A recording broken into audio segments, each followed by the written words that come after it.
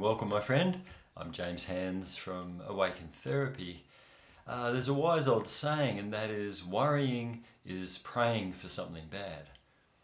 And it sums it up so well, doesn't it? When we worry, when we catastrophize, when we're kind of focused in that negative on something, actually what we're doing is praying or giving energy to or eventually manifesting something bad, something negative, something we don't really want. And so I wanted to unpack this with you in a bit more detail today. So the first thing to be aware of in that is that we are very powerful manifestors. As human beings, we're not just human body, brain, personality, we're spiritual beings as well. We're an eternal soul. And the way we're created is as very powerful creative beings. And so when we think something, when we give energy something, when we focus on something, eventually it turns up. Now, on the earth, in this material universe, it takes a while to create something. It takes a lot of effort to make something happen. Think of building a house. There's a lot of work involved for builders, to build a house. Or, as you know, I'm writing a book at the moment. There's a lot of work involved in publishing a book. And so, on this level, it's hard. But on soul level, apparently, on a spiritual level, when we're back in soul state, when we're being our spiritual self, we manifest as quickly as we can think it. And so we think, it'd be nice to be on a beautiful beach. And there it is, we're on this beautiful beach. Reality on that level works very differently to how we experience things here. But things will still turn up. And so it is a very important metaphysical principle. It goes back to Hermes Trismegistus, or whatever his name was, these Hermetic principles that he wrote about a couple of thousand years ago. And that is, as above, so below, as within, so without. So metaphysically, what we hold within manifests without. And what we're thinking turns up in the mirror, if you like. The universe works as a mirror of what's inside. And so there's an accountability piece in that, there's a responsibility piece in this, where we're acknowledging that, what's turning up in my life, not that I'm responsible for everything that's out there, but if something turns up more than once, if something turns up that's significant, we need to say, what's that a reflection of in me? Now, if we're worrying about something, maybe we're magnetizing something to us that we don't actually want. It's sort of like the fear of it is attracting it in the inverse sort of way. So when we understand that principle, when we recognize that what we meet, what we encounter up on the screen of our life is a projection of what we hold within, then that's a good first step in terms of change and creating what we desire.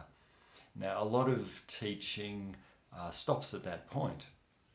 And it says that, then the obvious answer is we consciously focus on things. What we consciously give attention to, our affirmations, our mantras, our energy, our vision board. We give lots and lots of energy to something, and there you go, it'll manifest. And of course, there's a truth in that.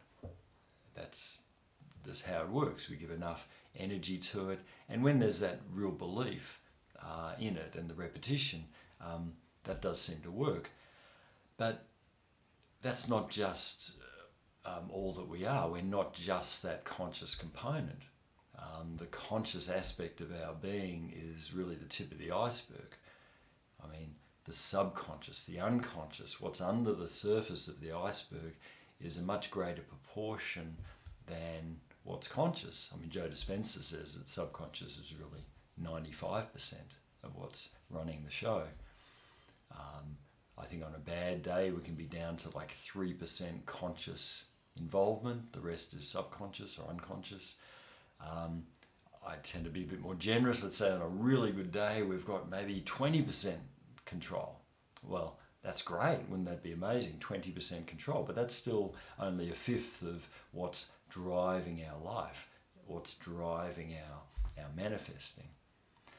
So we need to account for the subconscious. The subconscious is really the much more powerful influence. We need to know what's in us because that's really what's going to keep turning up. Freud called it the repetition compulsion. We just feel this deep compulsion to keep recreating old traumas or old patterns, old situations. We always confront self. Now, when we know that it's subconscious, then we can understand that, well, okay, my conscious intention might be going in this direction. I've got my foot on the throttle, foot on the accelerator, giving energy to go in this direction. But my subconscious might have the handbrake on, have its foot on the brake, absolutely stopping us going in that direction, wanting to take us in the completely opposite direction. That's a very common scenario. And guess which is more powerful? So we need to know what's in us. We need to keep unpacking the parts of us that might be stuck in fear or lack or guilt or shame or grief or rage.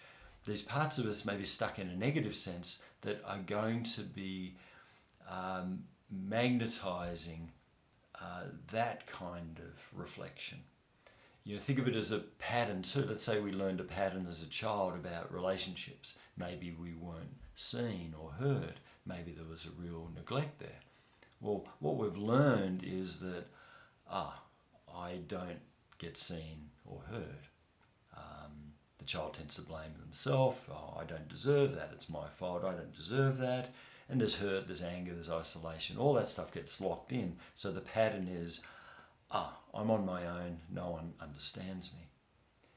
Now, the adult is hopefully healthy enough to want the opposite of that and might long for that connection and that empathy and that witnessing. In fact, the adult might get very frustrated that no one seems to be giving that and gets really angry and strident about it and very, aggressive about it even. It's like, why doesn't anyone see me? They don't understand me. And yet our subconscious pattern will be what's dominant here. It's giving out a signal. In fact, subconsciously, subliminally, in this invisible way, we can give out a message to someone who normally might be quite empathic, but we're giving out this message that they pick up subconsciously to not show that side of themselves, to not give that to us. Have you ever had that experience where you would normally be a certain way with someone, but for some reason you felt this internal shutdown or blocking, stopping you being your normal self, and you end up not saying something or doing something you normally would? Well, that's not you. That's them. That's that other person's deeper subliminal messaging or energy preventing that, blocking that, not allowing for that. So inner work, therapy, exploring this, bringing loving attention to these parts of us, well, it's so important then. If we're going to have a better life, if we're going to be able to manifest what we want, we need to keep healing these parts of us out of these old negative patterns, these old negative beliefs and emotions. Negative, well, that's another dialogue here about what's the purpose of it, what's it all for. But there is this work of releasing ourselves from these old patterns if we want to have something else. So inner work, deep inquiry, process work, however we approach that. Obviously Awaken Therapy is here really to bring tools and support for that kind of work. And there's many, many people around the world doing this kind of work in so many different ways. So if you're watching this, you're probably well on your journey already. So I commend you for that and celebrate that with you and encourage you to keep going. So as you probably well know, when we shift something that's stuck, an old wound, an old fear-based thing, and it gets transmuted back to light, that part of us comes back into the greater self, like a jigsaw puzzle piece clicking into place. What we find is we're creating more room for our greater self. It's like we're becoming more conscious. And this is the goal, eventually, is to become completely conscious, completely harmonized. So we don't have any parts of us working in the negative. And that's a long journey, of course. You know, I'm still working on deep layers, getting down into deep layers. You know, parts of me stuck right down deep in the shadowy caverns there. But every part that's reintegrated is a bit more room, a bit more space for this congruence with who you really are and what you truly want. And so there's more consistency in the messaging. There's more alignment, if you like, in the signal you're giving out to the universe. And so people do become more powerful manifestors. Some people are powerful manifestors because maybe they've had less trauma to deal with, so they're automatically in a lighter, clearer place.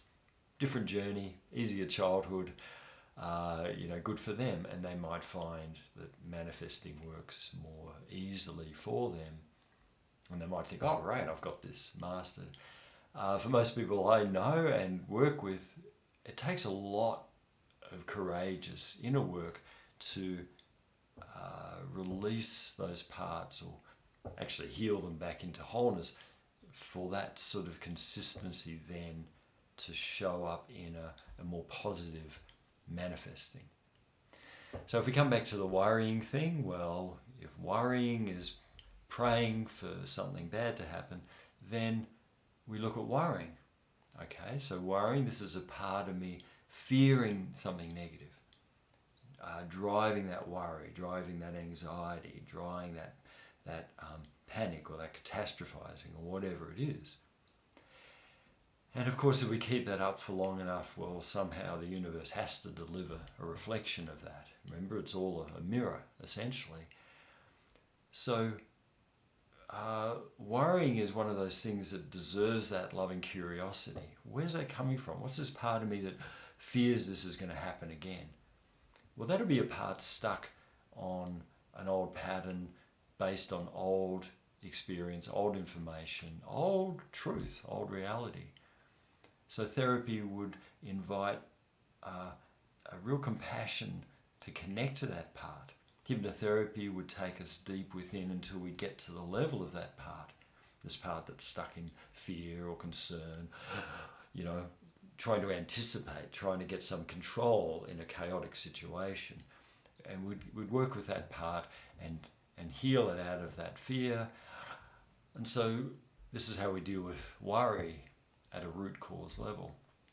Now that's deep work, that's not for everyone, but when we're up for that, when we do that, it makes permanent shifts to these parts.